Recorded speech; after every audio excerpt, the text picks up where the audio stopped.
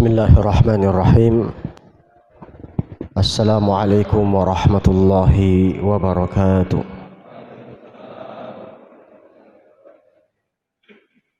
Alhamdulillahilladzi ahyana ba'dama amatana wa ilaihin nusyur. Alhamdulillahilladzi bi ni'matihi tatimmus shalihat. Alhamdulillahilladzi hadana li hadza wa ma kunna linahtadiya laula an hadana Allah. Ashhadu an la ilaha illallah wahdahu la syarika lah. Wa ashhadu anna Muhammadan abduhu wa rasuluhu la nabiyya wa la rasula ba'dah. Allahumma salli wa sallim ala nabiyyina Muhammad wa ala alihi wa sahabatihi wa man tabi'ahum bi ihsanin ila yaumiddin. Amma ba'd. Yaqulu Allah jalla jalaluhu fil Qur'anil 'azim, ya ayyuhalladzina amanu taqullaha haqqa tuqatih wa la tamutunna illa wa antum muslimun. Wa qala ya ayyuhan nas ittaqu rabbakumul ladzi khalaqakum min nafsin wahidah وخلق منها زوجها وبث منهما رجالا كثيرا ونساء واتقوا الله الذي تساءلون به والأرحام إن الله كان عليكم رقيبا. وقال يا أيها الذين آمنوا اتقوا الله وقولوا قولا سديدا يصلح لكم أعمالكم ويغفر لكم ذنوبكم ومن يطع الله ورسوله فقد فاز فوزا عظيما. أما بعد فيا أيها الإخوة والحاضرون والحاضرات حافظني وحافظكم الله. Para hadirin dan hadirat yang semoga senantiasa diberkahi dan dijaga oleh Allah Subhanahu wa taala. Kembali kita mengucapkan syukur kita kepada Allah. Pada pagi hari ini Allah masih mengizinkan kita untuk melaksanakan salat subuh berjamaah dan kemudian melangkahkan kaki ke tempat ini tidak lain dengan niatan untuk belajar, untuk bermajlis, untuk menuntut ilmu agama Allah yang semoga semuanya Allah Subhanahu wa taala menilainya dengan keikhlasan dalam diri kita masing-masing. Dan kemudian semoga Allah Subhanahu wa taala menerima amal ibadah kita. Dan semoga Allah Subhanahu wa taala mengistiqomahkan kita di dalam ketaatan kepada Allah Subhanahu wa taala. Para hadirin dan hadirat yang dirahmati Allah Subhanahu wa taala, salawat dan salam tidak lupa kita kirimkan kepada Nabi kita Muhammad sallallahu alaihi wasallam. Allahumma salli ala Muhammadin wa ala ali Muhammad kama sallaita ala Ibrahim wa ala ali Ibrahim innaka Hamidum Majid. Allahumma barik ala Muhammad wa ala ali Muhammad kama barakta ala Ibrahim wa ala ali Ibrahim innaka Hamidum Majid. Pada pagi hari ini kita akan mempelajari salah satu bentuk kesyirikan atau di antara jenis-jenis kesyirikan yang dilarang di dalam agama kita karena menjadikan kita mempersekutukan Allah Subhanahu wa taala, menjadikan tandingan bagi Allah Subhanahu wa taala. Dan ini adalah dosa yang sangat besar. Dan bahkan jika seseorang sampai berbuat syirik akbar atau syirik besar, ancamannya tidak akan ada ampunan di sisi Allah dan akan kekal di hari kiamat, kekal di dalam neraka jahanam jika seseorang mati di dalam kesyirikan tersebut. Wal'iyadzubillah. Dan di antara bentuk kesyirikan yang telah dibahas dalam kitab-kitab tauhid, para ulama telah mengupas bentuk-bentuk kesyirikan, yaitu at-tamaimu. At-tamaim Jamak dari kalimat tamimah. Apa artinya tamimah? Wahia ma yu'allaqu bi'a'naqis sibyan lidaf'il 'aini wa qad yu'allaqu 'alal kibar minar rijal wan nisa. Ini makna tamimah. Tamimah itu adalah sesuatu yang digantungkan di leher anak kecil atau di leher bayi. Lidaf'il 'aini, untuk mencegah ain. Wa qad yu'allaqu 'alal kibar minar rijali wan nisa. Dan terkadang dipakai oleh orang-orang dewasa. Digantungkan di leher orang-orang dewasa, baik laki-laki ataupun wanita.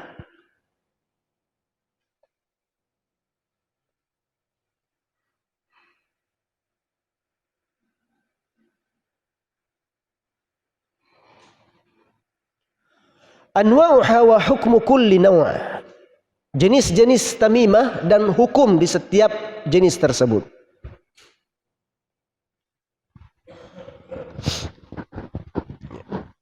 Jenis yang pertama. Jadi tamimah itu ada dua macam.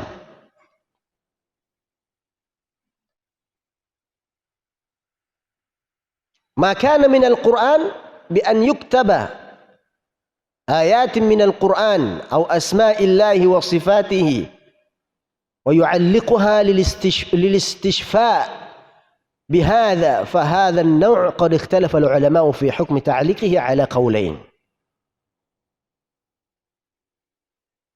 Jenis tamimah yang pertama adalah dari Al-Quran.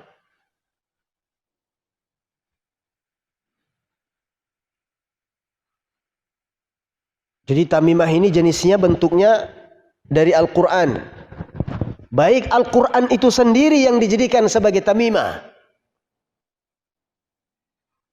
Ada yang sobek Al-Quran, taruh di dompet, atau digantungkan di atas pintu rumah, atau ditaruh di mobil, atau bahkan ada yang menggulung-gulung Al-Quran, kemudian dibungkus dengan kain, dijahit, kemudian digantungkan, dikalungkan dengan di kalung di leher bayi atau di tali pinggangnya.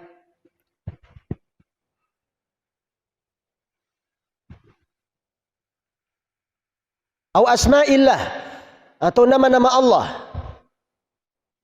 Baik yang ditulis di kertas misalnya.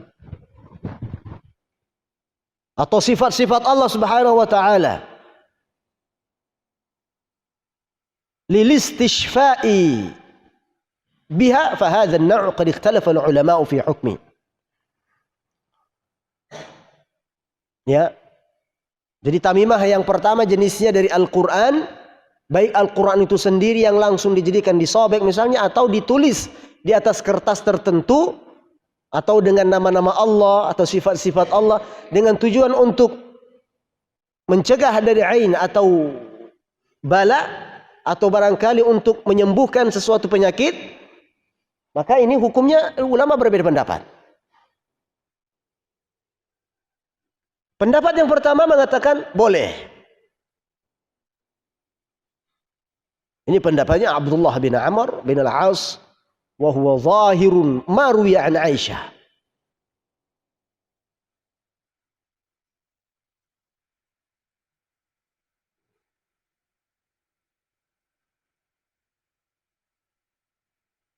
Nah, dan beberapa ulama yang membolehkan. Beberapa ulama ada yang membolehkan.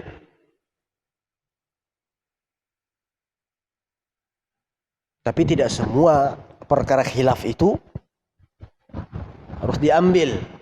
Ambil yang enaknya sajalah. Ya. Tidak boleh seperti ini dalam beragama. Ya, karena banyak sekali perkara-perkara yang khilaf Ada ulama yang berpendapat ini boleh. Tapi apakah cara beragama seperti itu? Ketika satu ulama yang membolehkan terus kita ambil, terus kita pakai, terus kita amalkan? Tidak, bukan seperti itu caranya. Apalagi kalau khilafnya itu bertentangan. Ya. Ada satu dua ulama yang membolehkan, tapi jumhurul ulama, mayoritas ulama tidak membolehkan. Maka kita ambil yang lebih kuat pendapatnya. Karena kalau beragama mengambil pendapat ulama meskipun itu syadz, syadz itu artinya asing pendapat ini. Maka hancur kita beragama. Cara beragamanya nggak benar kalau seperti itu. Contohnya khamar misalnya. Khamar apa hukumnya? Halal atau haram? Jelas haram. Tapi ada ulama yang membolehkan. Hati-hati. Ada ulama yang membolehkan. Terus berpendapat boleh minum khamar. Saya berpendapat boleh saja Ustaz. Kan ada ulama yang membolehkan minum khamar. Begitu cara beragama? Mut'ah misalnya. Apa itu mut'ah? Hah? Kawin kontrak. Kawin kontrak itu kamu saya nikahi sebulan misalnya. Wah, enak sekali nikahnya begitu, Pak. Kamu saya nikahi 2 minggu. Pergi ke tempat tertentu, ke Jakarta, cari wanita, kita nikah saja. Nikahnya kontrak. Kontrak seperti apa? Kita nikahnya sebulan saja. Sebulan saya pergi, berarti kita cerai. Enak apa tidak?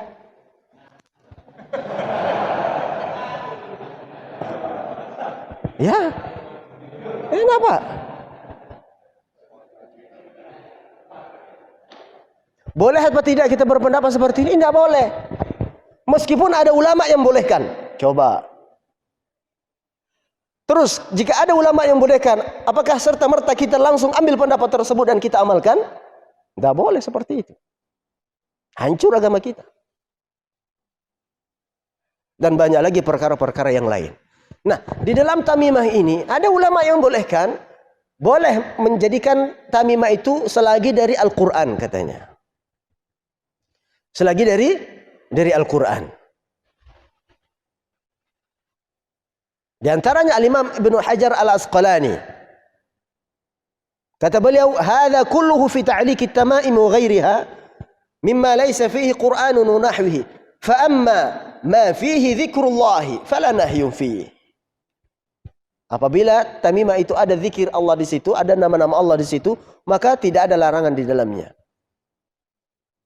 Fa innahu innama yuj'al lit-tabarruk bihi wa at-ta'awudz bi asma'ihi wa dzikrihi. Karena hanya dijadikan sebagai untuk ngalap berkah. Untuk mendatangkan keberkahan dari lafaz-lafaz Allah Subhanahu wa taala atau Al-Qur'an tersebut. Dan at-ta'awudz, meminta perlindungan darinya. Juga ada Imam Al-Qurtubi menukil perkataan Imam Malik. Beliau berkata, wa qala al-Imam Malik wa qala al-Imam Malik la ba'sa bi ta'liq al-kutub allati fiha asma'ullah azza wa jalla ala a'naqil marda ala wajhi at-tabarruk. Tidak mengapa menggantungkan sebuah jimat lembaran yang ada nama Allah pada leher orang sakit untuk bertabarruk. Ini pendapat yang pertama. Pendapat yang kedua, al-man'u min dzalik, dilarang meskipun itu dari Al-Qur'an, meskipun itu dari ayat-ayat Allah Subhanahu wa taala. Jadi ketika ada khilaf begini nih, ya jangan pilih yang sesuai dengan selera kita. Seperti hukum-hukum tadi. Karena doyan minum khamar, akhirnya berpendapat boleh kok khamar. Karena ada ulama yang bolehkan. Sama seperti hukum musik. Musik. Ada ulama yang membolehkan? Ada.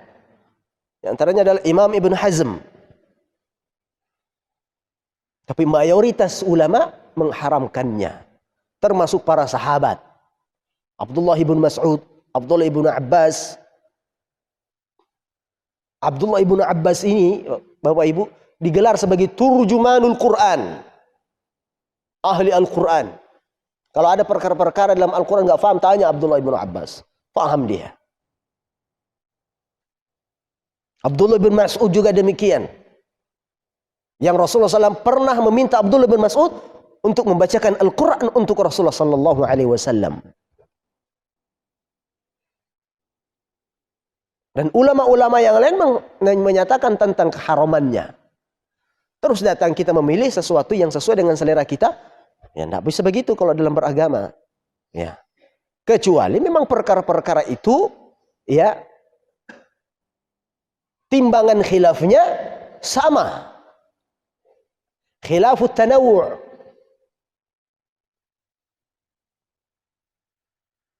Masih boleh, tapi ini jelas ulama mayoritas. Ulama-ulama salaf tidak membenarkannya. Kecuali hanya satu, Abdullah ibn Hazm. Dan kalau kita mau cari dalil tentang musik keharaman itu banyak sekali Bapak Ibu. Baik dari Al-Quran, dari hadis Rasulullah sallallahu alaihi wasallam.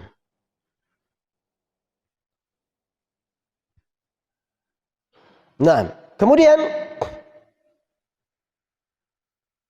pendapat yang kedua tadi tidak membenarkannya, tidak boleh. Meskipun itu dari ayat-ayat Al-Quran. Untuk jadikan sebagai tamimah, untuk jadikan sebagai tameng, jimat. Sebagaimana pendapat Abdullah ibn Mas'ud wa ibn Abbas, wa huwa zahiru qaul Hudzaifah. Dan dikatakan juga pendapatnya Hudzaifah dan pendapat Uqbah bin Amir dan pendapat Ibnu Aqim, wa bihi qala jama'atu minat tabi'in, dan bahkan sekelompok mayoritas daripada kalangan tabi'in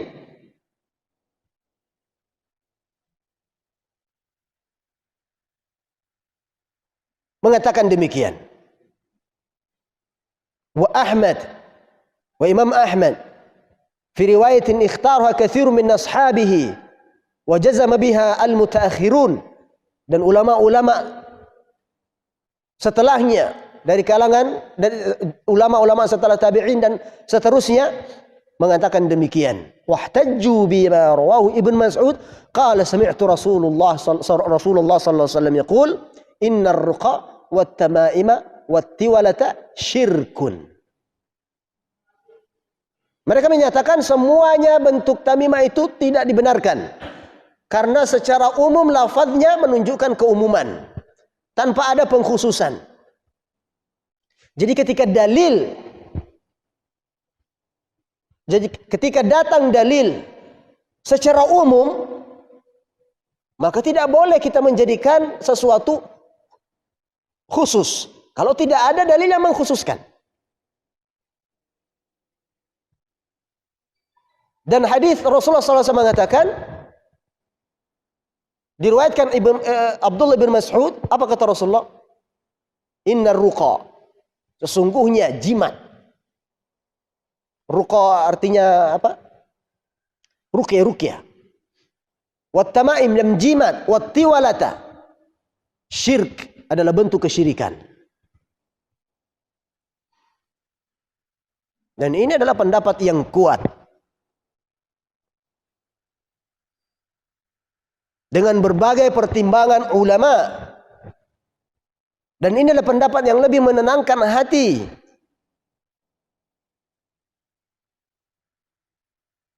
Sebagaimana dijelaskan, wahtajaha ulai lima dhahabu ilaihi bima ya'ti umumun nahyi fil ahadits wala mukhassis lil umum. Adanya dalil yang datang secara umum dan tidak ada dalil secara khusus yang menjelaskan bolehnya tamimah dari Al-Qur'an. Yang kedua, saddan lidzari'ah. dalam rangka menutup jalan menuju ke arah kesyirikan.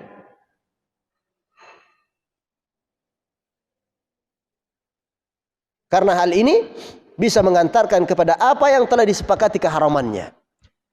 Coba kalau dibuka pintu bolehnya mengambil tamimah atau jimat dari Al-Quran, orang akan memakainya. Betul tidak?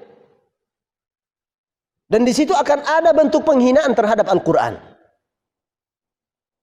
Orang itu sudah tidak lagi tawakal sama Allah Subhanahu wa taala, tapi tawakal terhadap jimat-jimat meskipun isinya adalah Al-Quran.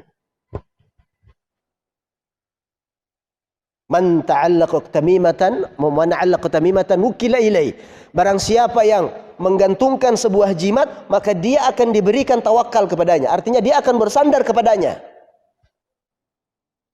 Dan ini jelas terjadi. Seseorang kalau sudah punya jimat, Pak, dia bergantung sama jimatnya atau tidak? Bergantung pada jimatnya. Main bola misalnya. Ada yang pernah pengalaman di sini? Ya, dulu saya pernah, Pak. Atau kecil-kecil itu, kalau main bola itu, ya, pawangnya, kata orang itu pawangnya, supaya kita kuat main bola, supaya kita nggak merasa sakit meskipun dilanco. Lanco, bahasa apa lanco? Hah? Ditekel, kalau lanco ini bahasa Bugis kalau nggak salah. Ya dokter. Dilanca. Lanca ini betis sama betis. Supaya nggak terasa sakit, itu biasanya pawang ngasih bawang kecil, ditaruh di belakang sini nih. Ada pengalaman begini? Bawang merah, ditaruh di belakang di atas tumit sedikit, atau di dalam kaos kaki, ya, supaya tidak sakit main bolanya. Ya, padahal sakit juga. Kalau ditendang, diterjang, ya tetap sakit. Ya. Atau dulu ada yang namanya gigi harimau. Anda pernah pakai ini? Gigi harimau, Pak. Luar biasa ini. Gigi harimau. Siapa yang bisa ambil giginya harimau? Itu dipotong, baru ditaruh di sini nih. Jujur, Pak, saya pernah pakai ini. Saya pernah pakai ini, Pak. Giginya harimau. Diikatkan di pinggang seperti itu. Dan banyak sekali macam-macamnya. Ya. Jadi kalau sudah ada begini, patantang patenteng lah sudah. Pokoknya siapa yang menghadap, ayo. Luar biasa seperti itu. Tapi kalau dilepas, ciut kita. Oh jangan. Mati kita. Subhanallah. Inilah. Jadi kata Rasul, siapa yang menggantungkan satu jimat, maka dia akan bertawakal dengannya. Bukan lagi tawakalnya sama Allah Subhanahu wa taala, tapi kepada jimat tersebut. Contoh kecilnya misalnya, seseorang punya usaha di toko, ruko. Pakai jimat. Ya. Kalau dia dari rumah nggak bawa jimat tersebut, pasti dia akan balik. Ambil dulu jimatnya, biar laris. Kalau nggak bawa jimat ini nanti nggak laris kita. Dagangannya nggak laris dan seterusnya. Artinya seakan-akan yang memberikan rezeki itu adalah jimat. Seakan-akan yang menentukan rezekinya adalah jimat. Ini kan sudah syirik, sudah besar ini. Subhanallah. Nah, beginilah syaitan. Ya, beginilah syaitan menjermuskan manusia untuk mempersekutukan Allah Subhanahu wa taala. Nah, dulu juga ada tuh jimat-jimat jenisnya, ya, kalau lagi main sama teman-teman itu supaya menang terus, kata orang-orang cari ekor cicak yang bercabang. Pernah lihat ekor cicak bercabang? Pernah, Pak? Pernah. Enggak pernah, Pak? Ekor cicak yang bercabang begini nih, Pak. Bunuh cicaknya, ambil ekornya, keringkan, masukkan ke dalam dompet. Insya Allah, katanya. Insya Allah. Pakai kalimat insya Allah katanya. Menang terus kalau mau berjudi katanya. Ya. Kan susah Pak cari cicak yang berekor cabang ini. Ini pekerjaan luar biasa ini. Siapa bisa cari ekor itu? Susah Pak. Ya. Lihat syirik luar biasa. Ini semuanya terlarang. Jadi di antara dua pendapat ini, mayoritas ulama mengatakan tidak boleh, meskipun itu dari Al-Quran. Makanya tidak dibenarkan menggantungkan kalimat-kalimat Al-Quran di atas pintu. Ada yang menggantungkan surat Yasin, ada yang menggantungkan ayat-ayat kursi, ya, supaya apa? Tidak masuk jin. Padahal itu sarangnya jin.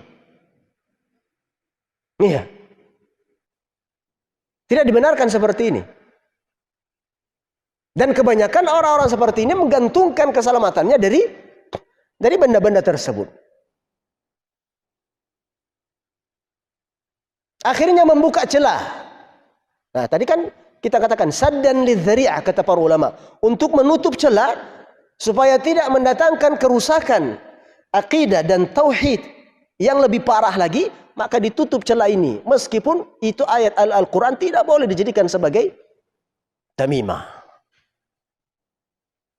Ya. Awalnya Assalamualaikum warahmatullahi wabarakatuh. Ya, kemudian apalagi ayat-ayat kursi ditaruh di atas pintu. Surat Yasin. Ya. Ada yang menggantungkan surat Al-Baqarah? Panjang sekali kalau surat Al-Baqarah itu. Ya. Akhirnya apa? Itu semakin kreatif ini orang-orang seperti ini. Akhirnya menulis kaligrafi-kaligrafi yang tidak jelas. Ada kaligrafi yang berbentuk burung cendrawasih. Pernah lihat? Yang di belakangnya itu kayak ekornya. Kemudian ada paruhnya. Ini paruh ya? Kemudian di tengahnya ditulis kalimat ketmir. Tahu kalimat ini? Lafaz ini? Ini nama anjing.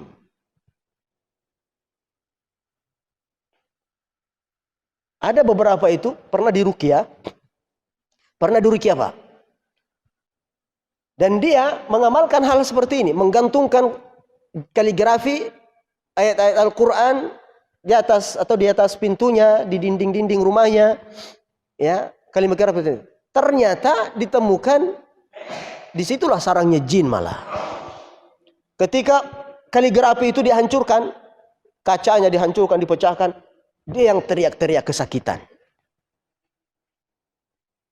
Ini luar biasa syaitan. Ya. Al-Quran untuk dijadikan sebagai penjaga kita, bukan digantung-gantungkan seperti di atas rumah, tidak. Tapi baca Al-Quran tersebut. Dan coba perhatikan, orang yang menggantungkan Al-Quran seperti itu, setiap hari dibaca enggak? Ayat kursi dia baca enggak? Mungkin sebertahun-tahun dia pernah baca itu ayat kursi. Betul tidak? Surat Yasin digantungkan. Digantungkan aja. Bahkan mungkin seminggu, sebulan, setahun dia enggak pernah baca. Jadi Al-Quran itu untuk dibaca, untuk diamalkan. Dibaca di dalam rumah, bukan digantung-gantungkan di pintu-pintu tersebut untuk dijadikan sebagai tameng, untuk dijadikan sebagai penjaga. Maka jamaah rahmat Allah subhanahu wa ta'ala, pentingnya kita memahami tauhid dengan baik dan benar.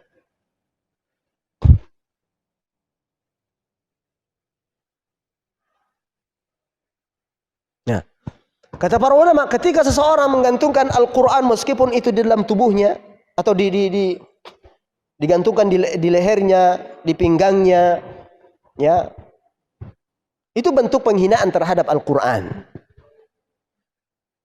Kalau masuk toilet, bisa nggak orang lepas terus? Repot Pak. Ya. Masuk toilet, ada Al-Quran di pinggangnya segini, dibungkus kecil, apalagi kain hitam Pak. Pernah lihat jimat kain putih pembungkusnya? Hah? Menunjukkan hitam itu sesat. Namanya juga hitam. Ilmu hitam.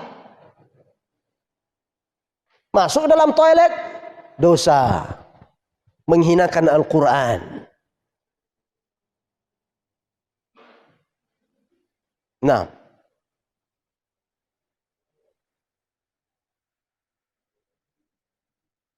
kemudian ikhwatal iman rahmati Allah subhanahu wa ta'ala, di antara bentuk tamimah yang banyak sekarang terjadi, banyak saudara-saudara kita yang belum paham, bisa berbentuk foto.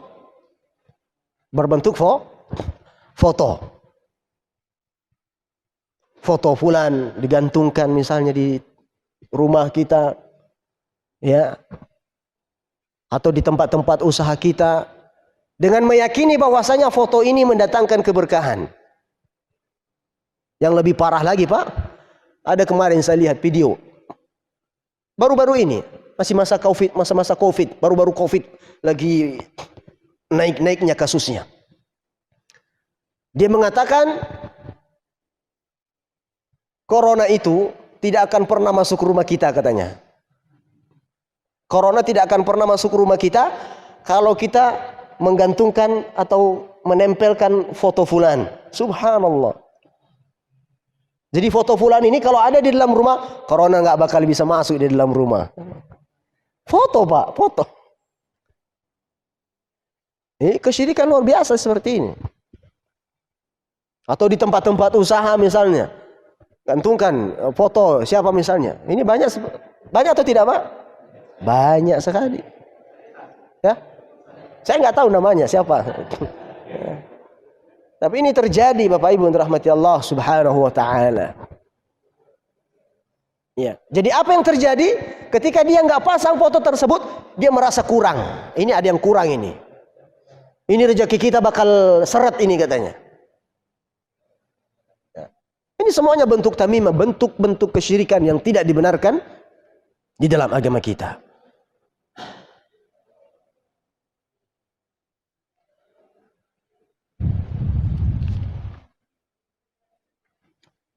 Nah, jadi an-naw'u tsani min at-tamaim, bentuk tamimah yang kedua adalah mimma yu'allaqu 'ala al-ashkhas kal kharz wal jild wal 'idham wal wad' wal khuyut wal ni'al wal masamir wa asma' syayatin wal jin wat talasim. Bentuk-bentuk jimat yang lain, kalau tadi kan dari Al-Qur'an. Al-Qur'an itu khilaf ulama, meskipun pendapat yang benar tidak boleh menggantungkan jimat tertentu meskipun itu dari Al-Quran atau ayat-ayat Allah subhanahu wa ta'ala. Hukumnya tidak dibenarkan. Jenis yang kedua, menggantungkan sesuatu di anggota badan kita. Ya. Atau sesuatu yang ditusuk. Kalau kata orang itu susuk. Susuk, Pak, ya? Apa artinya susuk ini? Saya jujur, Pak, saya nggak pernah lihat ini masih susuk. Seperti apa bentuknya? Ya, jarum ditusuk. Subhanallah. Wal jild. Al jild ini kulit. Ya. Kulit apapun ketika diyakini mampu mencegah sesuatu yang mudarat, maka termasuk tamimah. Wal 'idham, tulang. Wal khuyut, benang-benang. Wan ni'al. Ni'al ini sandal. Ada yang jadikan jimat sandal? Wallahu a'lam. Wal masamir, paku. Wasma'u syayatin, dan nama-nama syaitan. Wal jin, dan jin. Wat talasim. Ya, gambar-gambar tertentu. Ini semuanya bentuk jimat yang diharamkan. Fahadha muharramun qat'an wa huwa minasyirk. Dan ini sangat-sangat diharamkan dan dia termasuk adalah kesyirikan. Karena menggantungkan diri seseorang kepada selain Allah Subhanahu wa taala. Sebagaimana hadis yang kita bacakan tadi, hadis hasan diriwayatkan Imam Tirmidzi, man ta'allaqa syai'an, barang siapa yang menggantungkan dirinya kepada sesuatu, wukila ilaihi, maka dia akan bergantung kepada sesuatu tersebut. Kenapa harus bergantung kepada benda-benda tertentu? Bukankah sudah ada Allah Subhanahu wa taala tempat kita bergantung? Kita serahkan segala urusan kita. Cukup mengatakan keluar dari rumah, bismillahi tawakkaltu 'ala Allah, la haula wala quwata illa billah. Selesai. Dengan nama Allah saya bertawakal. Ya. Dengan nama Allah saya meminta keberkahan dari Allah Subhanahu wa taala. Baca bismillah. Apapun yang akan kita kerjakan, ucapkan bismillah. Mulai dengan bismillah.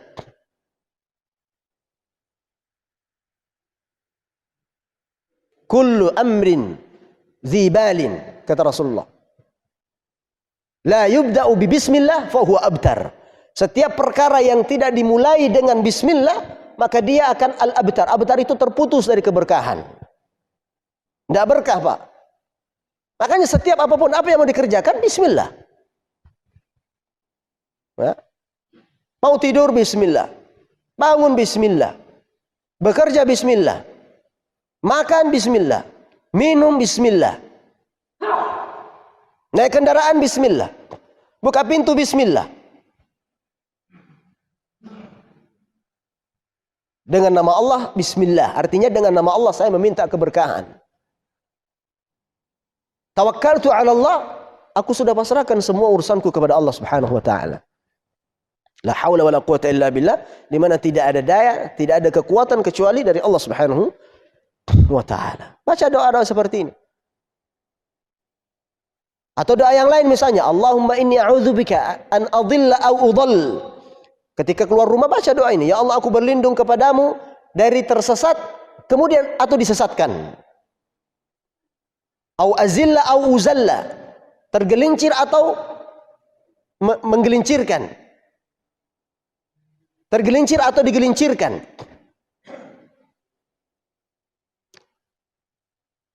Au azlima au uzlam.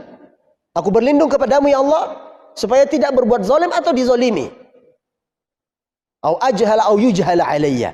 Ini doa-doa yang disunnahkan oleh Rasulullah SAW untuk kita baca. Bukan malah justru menjadikan benda-benda tertentu untuk kita jadikan sebagai ya meminta keberkahan, meminta perlindungan. Ini tidak dibenarkan. Doa, berzikir, bertawakal kepada Allah Subhanahu wa taala.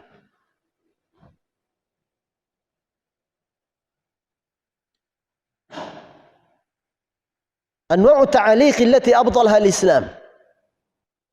Ya, di antara bentuk-bentuk yang diharamkan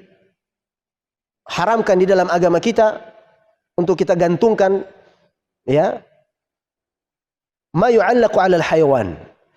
Ya, menggantungkan sesuatu di atas hewan.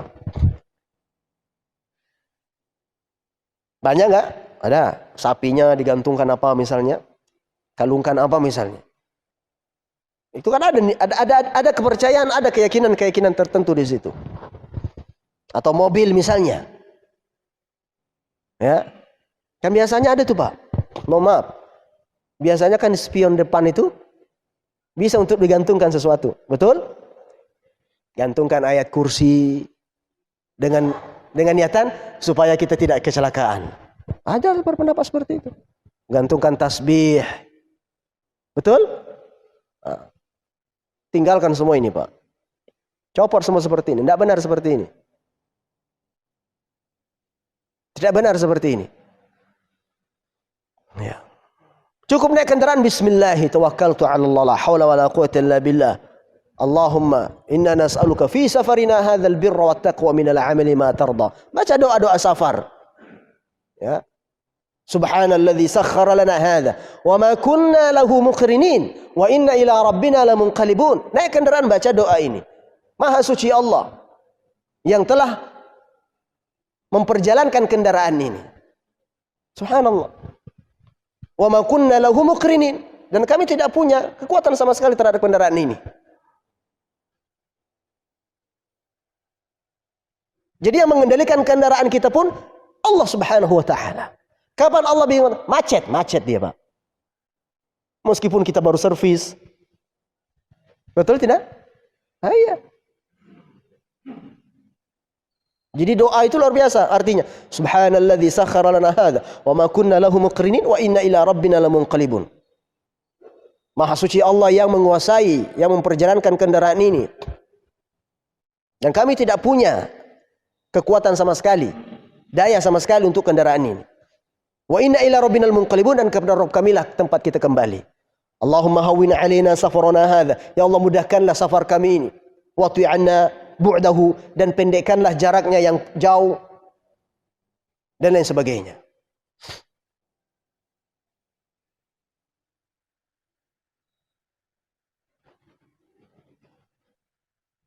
Nah, jadi bentuk-bentuk apa yang dikalungkan di hewan tunggangan atau termasuk yang digantungkan di dalam mobil tertentu misalnya, ini tidak dibolehkan.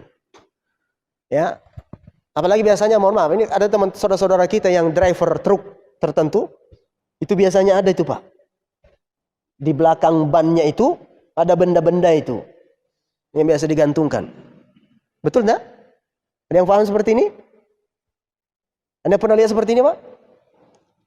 Di belakang itu, di belakang ban itu ada sesuatu yang digantungkan, dan mereka memiliki keyakinan dengan menggantungkan ini insya Allah tidak tertabrak atau tidak menabrak. Tanya coba sopir-sopir truk. Tidak semuanya ya. Tapi sering kita lihat ada yang digantung-gantungkan, dan saya pernah bertanya sama sopir-sopir truk tertentu, dan itu memiliki keyakinan seperti ini tidak dibenarkan tentunya.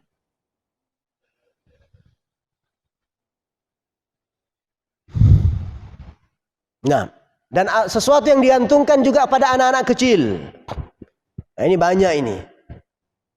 Digantungkan pada anak-anak kecil. Kalungkan, benang-benang hitam di pinggangnya, ini semuanya tidak dibolehkan.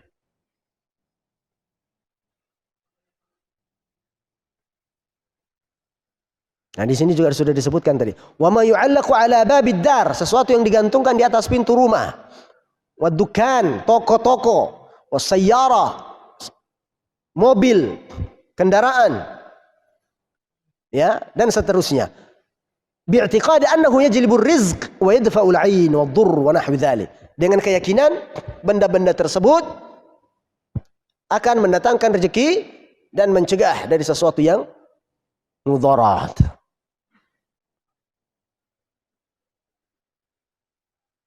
Nah, apalagi bentuk-bentuk jimat yang luar biasa, Pak.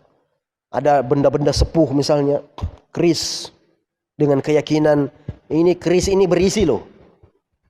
Banyak nggak seperti ini? Akhirnya setiap saat dimandikan. Dimandikan ini kalau apa namanya bahasanya? Bukan dimandikan, apa namanya, dicuci dengan jeruk nipis atau dengan rendaman-rendaman campuran-campuran buah-buah tertentu. Direndam 7 hari. Biar katanya kalau nusuk itu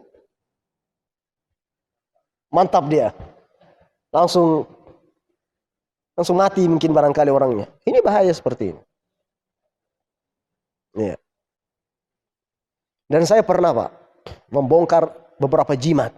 Wal'iyadzubillah. Ya. Sekitar 10 tahunan yang lalu. Jimat ini luar biasa. Ya, karena waktu itu 10 tahun yang lalu kan kita baru-baru belajar juga. Jadi agak-agak sedikit ngeri juga lihat jimat ini. Macam-macam, luar biasa jenisnya. Ya, ada kertas-kertas dari Kuningan, tintanya itu dari Kuningan.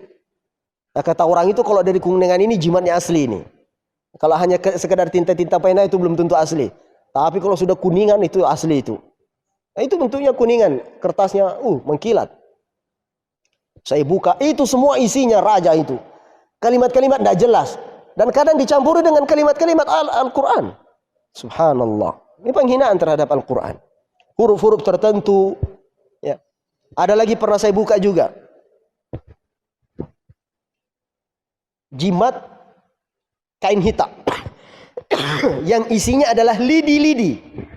Sapu lidi, Pak. Sepanjang ini dipotong-potong seperti ini, potong-potong, dibungkus dengan kain hitam dan kemudian diikatkan di pinggang. Ya.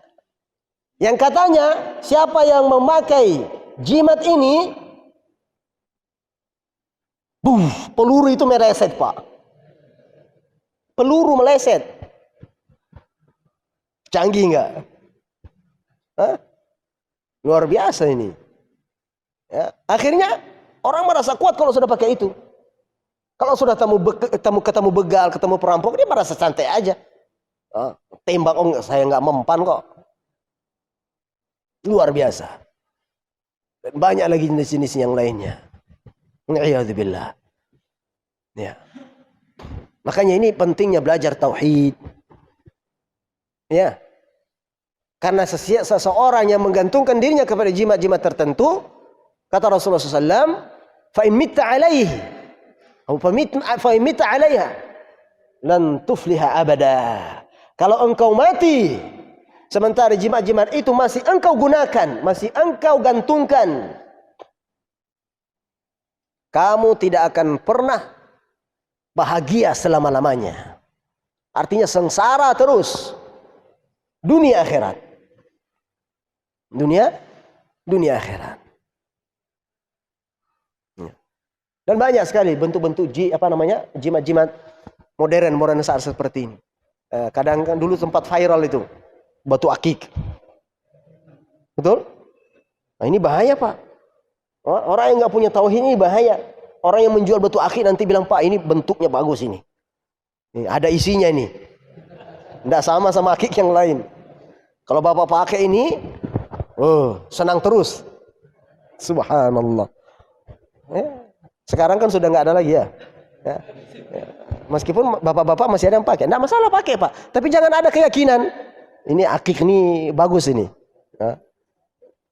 Saya kelihatan ganteng terus misalnya, dan lain sebagainya. Jangan, tidak boleh. Ya. Kalau hati kita lemah, ketika memakai batu akik ini mending dilepaskan, karena beda-beda tipis itu, Pak. Syirik sama tauhid itu beda-beda tipis. Anda sedikit hanya meyakini, oh kalau saya pakai ini kayaknya begini dan begitu deh. Ini bisa terjerumus sudah kepada kesyirikan. Bahaya. Bahaya. بعد أن أوضحنا أن الرقى والتمائم ما هو الشرك وجب علينا أن نعرف موقف المسلم من هذه الأشياء. Setelah kita jelaskan tentang ruqyah pemateri sebelumnya, ya, dan tamimah adalah sebuah kesyirikan, wajib bagi kita, ya, mengetahui mauqif al-muslim min hadhihi al-asya'. Hendaknya kita sadar bahwasanya muslim itu tidak boleh menggunakan hal-hal seperti ini. Li'annahu min awjabil al-wajibat 'ala al-muslim al-muhafazatu 'ala aqidati mimma yufsiduha aw yukhillu biha.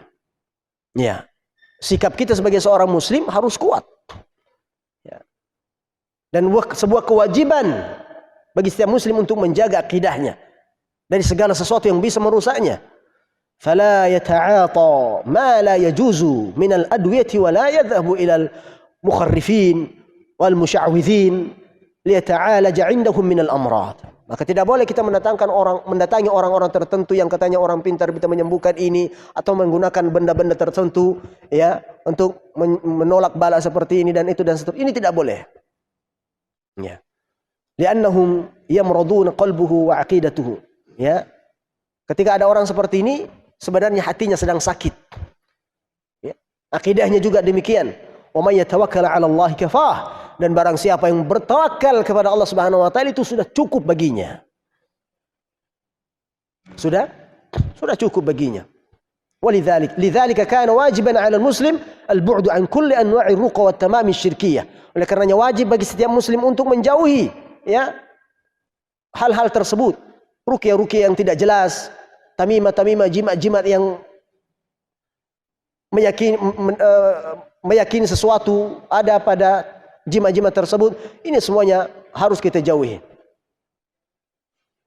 Allati takhda fi imani Islam wa islami, yang akan mencoreng, yang akan mengikis nilai-nilai keimanan dan keislaman seseorang. Wa kana wajiban alaihi aidan an-nahyu an dzalika wat tahdhir min wa bayan butlanihi. Dan wajib bagi kita setelah mengetahui hal-hal seperti ini untuk menjelaskan juga sama saudara-saudara kita yang lain. Ya, jelaskan, Pak, akhi, saudaraku, ya, atau bibi kah dia, paman kah dia, tetangga kita, Semuanya. Ketika melihat hal seperti ini, jelaskan dengan baik. Ini tidak boleh seperti ini. Ini haram menggunakan jima-jima seperti ini. Allah murka nanti. Ya, tidak akan mendatangkan keberkahan. Dan lain sebagainya. Wajib bagi kita untuk menjelaskannya. Ya, setelah kita mengetahui, ya, kewajiban yang kedua adalah menjelaskan dan mendakwahkan, ya, tauhid kepada saudara-saudara kita yang lainnya. Sampai di sini ada pertanyaan? Banyak ini. Ya.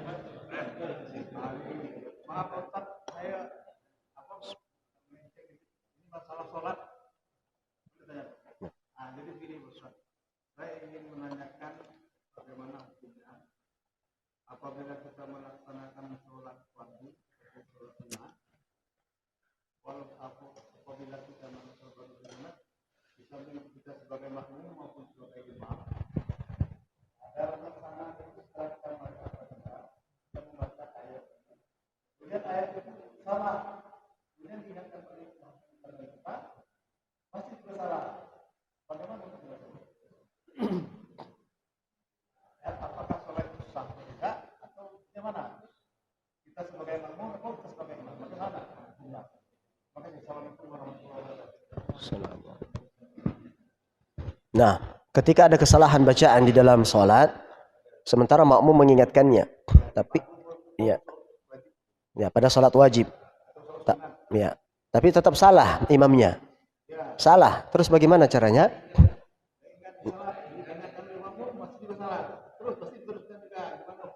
Tidak masalah, sah sholatnya, sah sholatnya, tidak masalah. Ya, bagaimana cara menyikapinya? Ya, kalau imam sudah nggak tahu sambungannya, ya sudah sujud, ruku, ya, baca surat Al-Baqarah misalnya, ya, kebetulan lupa, ya, nggak nyambung ini, ya sudah ruku sudah, ya, ikut imam, ya, makmum wajib ikut imam, ya, meskipun imam ini tidak bisa lagi melanjutkan hafalannya. Ya, sah salatnya. Atau baca ayat yang lain, pindah surat misalnya. Ya. Bacaannya ini sudah tersendat ini, tidak tahu lagi bacaannya. Ya sudah. Ya. Iya.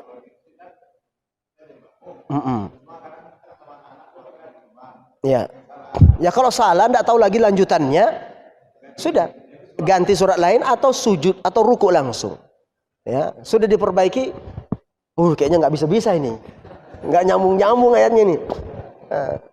Nunggu wahyu dari mana ini misalnya. Padahal di belakang sudah memperbaiki. Ya. Dulu Pak pernah kejadian. Wallahu alam. Ini orang tua kita yang menceritakan dulu di kampung Pak. Pernah terjadi. Orang tua ya yang dianggap sepuh, imam salah dia. Diperbaiki sama makmumnya. Ya. Ya. Oh enggak, dia salah berhenti.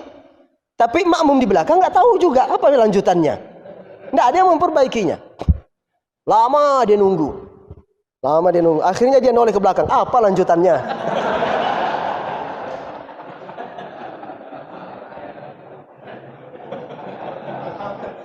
Kok itu batal tuh Pak?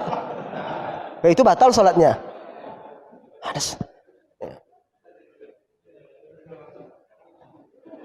Kalau sujud langsung ruku, lanjut sholat tidak masalah. Nah, makanya ini pentingnya imam itu, pentingnya tahu cara-cara imam itu seperti apa. Ya, tata cara imam itu seperti apa. Nah, barakallahu fiik. Siapa lagi? Satu-satu Pak. Yang terdekat dulu Pak. Ya, silakan. Boleh. Ya. La ilaha illallah. Ya. Mengharap kepada selain dari Allah itu syirik ya. Selain daripada Allah. Tidak semuanya. Manusia atau syirik ya. Mengharap selain daripada Allah. Berarti kalau mengharapkan Pak Ustaz datang ke sini gitu. Oh, bukan, tidak termasuk itu. Ya. Tidak semua pengharapan selain Allah itu syirik. Ya, saya berharap misalnya, saya berharap anak saya jadi soleh. Ya, misalnya, saya berharap dari antum misalnya, ya, Bagaimana caranya saya bisa dapatkan jodoh yang cantik misalnya. Syirik nggak? Enggak. Saya berharap dari ustaz bisa mengajarkan anak saya baca Al-Quran supaya anak saya jadi anak soleh. Enggak. Ya. Berharap sesuatu yang itu hanya pekerjaannya Allah, kemudian berharapnya kepada selain Allah, itu baru syirik. Berharap sesuatu yang itu hanya bisa dikerjakan oleh Allah. Makhluk tidak bisa mengerjakannya.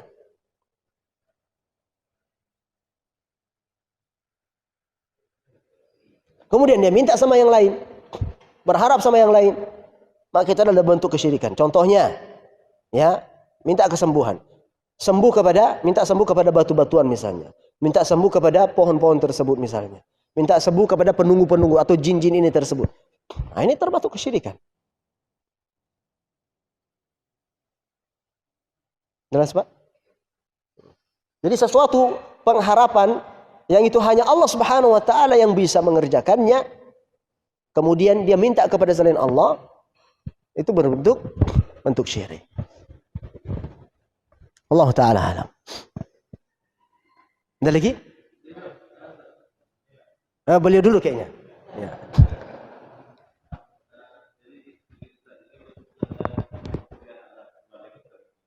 Ya.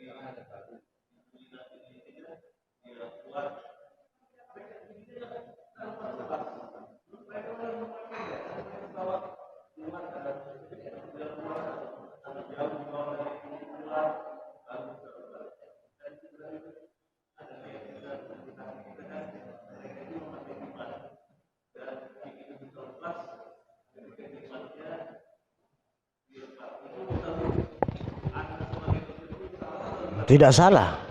Tidak salah. Karena memang begitu. Jimat itu akan berpengaruh pada fisik. Ya. Akan jimat-jimat tertentu kan diyakini bisa kebal misalnya. Ya. Tahan bacok misalnya. Ya. Termasuk misalnya dilukai, tidak mampu kita melukainya. Ya. Termasuk juga barangkali kalau misalnya kita lagi cabut gigi, orang ini nggak bisa tercabut giginya. Karena mungkin ada yang dipakainya. Ya. Ya, ketika disuruh lepas benda-benda tertentu yang dipakainya, baru cabut giginya enak saja dicabut. Ini tidak masalah, ini bisa saja terjadi. Karena jimat itu berpengaruh terhadap diri kita. Jimat itu berpengaruh terhadap fisik kita. Bahkan orang meninggal pun, mau meninggal itu ada orang yang meninggal susah sekali, Pak. Meninggalnya susah, dikarenakan karena apa? Banyak kesyirikan dan jimat-jimat yang masih diyakini. Wakil ini seperti ini, fakta seperti ini. Ya, tapi tidak mutlak ya. Tidak secara mutlak, karena saya pernah cabut gigi nggak bisa cabut-cabut, Pak. Lama, Pak, 2 jam saya baru bisa cabut giginya. Padahal saya nggak pakai apa-apa. Ya, tapi cabutnya susah sekali. Ya, bisa saja terjadi. Ya, bisa saja terjadi. Karena akan berpengaruh, jimat itu akan berpengaruh terhadap tubuh kita, sehingga mungkin giginya pun susah dicabut karena dia masih memakai jimat tertentu dan meyakininya. Ya, supaya nanti kalau misalnya berantem giginya nggak gampang copot misalnya. Kan bisa jadi. Ya, kalau dipukul nggak gampang berdarah. Ya, nggak gampang lebam. Itu bisa saja terjadi. Ya, maka dengan kasus seperti ini Tidak salah kalau kita meyakini. Apalagi kalau misalnya faktanya setelah disuruh lepas baru gampang. Nah, ini indikasi besar ini. Ya, indikasi besar di situ adanya keyakinan terhadap benda-benda tersebut yang mampu ya menghalangi sesuatu terjadi buruk terhadap dirinya misalnya. Allah taala alam. Silakan, Pak Imin.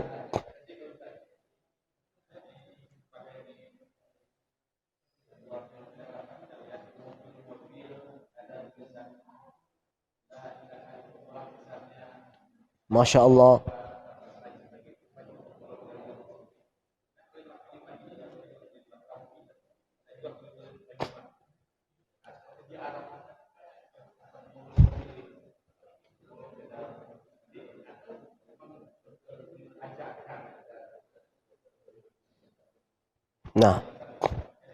Nah, wallahu taala alam. Ini ulama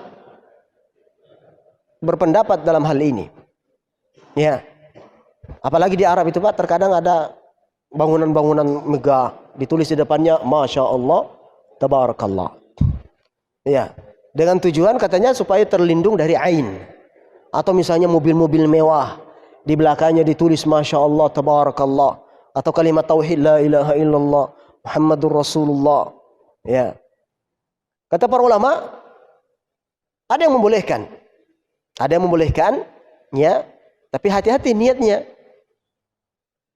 Kalau niatnya ini sebagai alat untuk mencegah kita dari kemudaratan, maka bisa termasuk dalam hal syirik. Ya. Tapi kalau hanya sekedar mengajak supaya orang ikut berzikir ketika membaca lafaz ini tertentu, ya, maka ini, ya, ada pendapat ulama membolehkan. Ya. Ada ulama tidak membolehkan karena kenapa? Saddan lidzari'ah. Saddan lidzari'ah itu menutup celah supaya tidak ada keterkaitan hati terhadap tulisan-tulisan tersebut. Sehingga dengan diri ini pun sudah merasa nyaman. Insya Allah tidak apa-apa, kan sudah ada tulisan ini. Insya Allah tidak mengapa kita ini, aman insya Allah. Akhirnya lupa berzikir. Masuk mobil, tidak masalah, kan ada tulisan sudah di belakang. Nah, kalau seperti ini salah seperti ini. Kalau seperti ini salah. Nah, masuk ke dalam syubhat. Menghindarinya lebih baik. Menghindarinya lebih baik. Iya. Iya, Pak. Nah, kalau dalam seperti ini meninggalkan lebih baik, menjauh lebih baik. Ya. Yakini. Enggak perlu kita pasang-pasang seperti itu. Ya. Kita yang harus baca. Ya, kita yang harus baca. Baik mobil baca Bismillahirrahmanirrahim. Tapi kalau sudah ada tulisan-tulisan tertentu di belakang mobil, ya, terkadang hati kita lemah hati, Pak. Kita bergantung jadinya ke situ. Enggak masalah, kan sudah ada tulisan. Seperti itu, Pak. Barakallahu fiik. Wallahu taala alam. Pak Imam terakhir.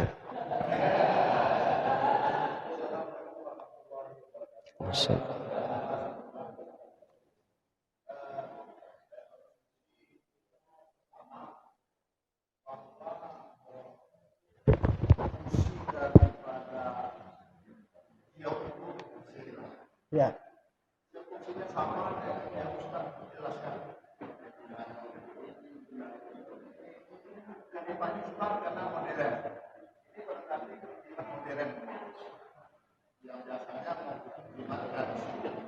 Fungsinya sama, apalagi yang menciptakan itu semua orang Korea. Di bawahnya adalah Allah. Ini sesuai dengan yang saya sampaikan, segala macam, dan pasti artinya untuk mencegah daripada sakit. Yang kedua, saya ingat kepada tentang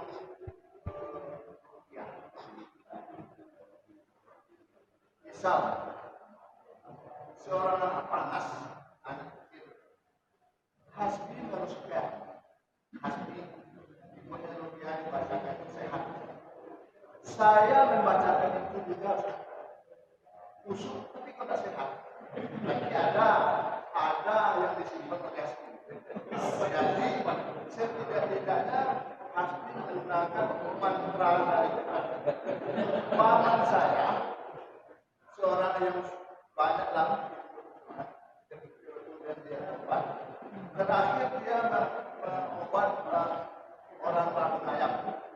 Dia bagi mulutnya itu sehat. Digali lagi, katanya saya menggunakan bacaan dan Al-Quran. Katanya lagi, karena dia banyak syirik. Sebab setelah dia tidak membaca sebagai muslim, anaknya sehat. Jadi yang menggunakan Quran, namanya itu, yang menggunakan seleman hitam. Kalau bagi saya, hitam putih sama dengan kita adalah dia karena hukum, dia karena putih ke kanan, Quran menteranya, hitam ke kiri, yang selain itu. Jadi kalau sebenarnya yang berukiah itu ada Quran itu sifat di sudut obat itu daya orang tahu, orang stres, itu satu aja. Tapi kalau yang lain penyakit demam itu masuk. Saya itu masuk. Terima kasih Ustaz. Jadi ya, saya tanda tangan.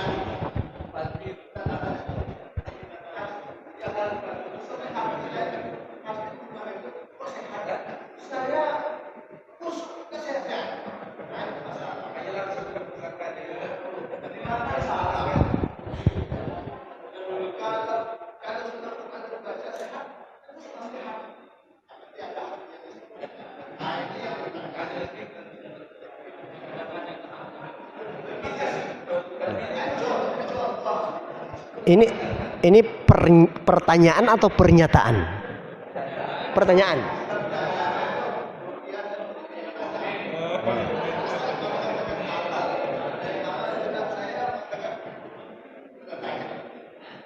Iya. Halal atau ruqyah yang benar atau yang tidak benar itu semua sudah dijelaskan oleh Rasulullah sallallahu alaihi wasallam. Nah, ketika kita meruqyah seseorang tapi ternyata tidak sembuh-sembuh, itu kembali kepada Allah Subhanahu wa taala. Yang penting tugas kita sudah melakukan cara yang benar. Kan begitu, Pak? Kesembuhan itu datangnya dari Allah.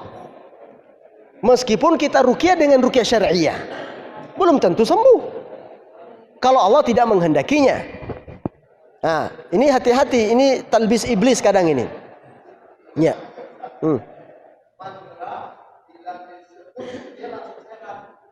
Ya.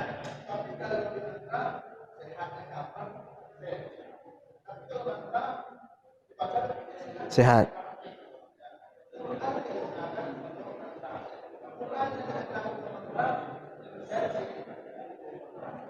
Al-Quran digunakan untuk mantra. Ruqyah hanya maksudnya. Ruqyah maksudnya. Tidak benar, Pak. Kalau ruqyah menggunakan ayat-ayat Al-Quran, membacakan kepada orang-orang yang sakit, ini adalah ruqyah syariah namanya. Ruqyah yang dibenarkan. Masalahnya, ada orang yang tidak memakai Al-Quran, memakai mantra-mantra tertentu dalam pengobatan, tapi orang itu sembuh. Ketika diruqyah malah nggak sembuh. Ini namanya talbisul iblis. Talbis iblis. Mau mengalihkan keyakinan kita terhadap Al-Quran. Akhirnya orang itu yakin, Al-Quran ini tidak benar ini. Katanya syifa, katanya penyembuh. Tapi kenapa tidak bisa menyembuhkan ketika saya bacakan Al-Quran? Jadi kesembuhan itu kehendaknya Allah Subhanahu wa taala. Kita hanya bisa, tugas kita itu melakukan sesuatu sesuai dengan tuntunan Nabi sallallahu alaihi wasallam. Ya. Nah, nanti kita diskusi ya.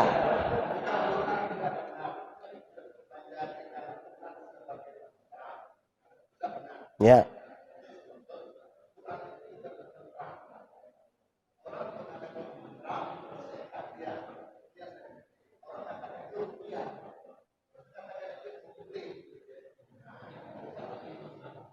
Ya.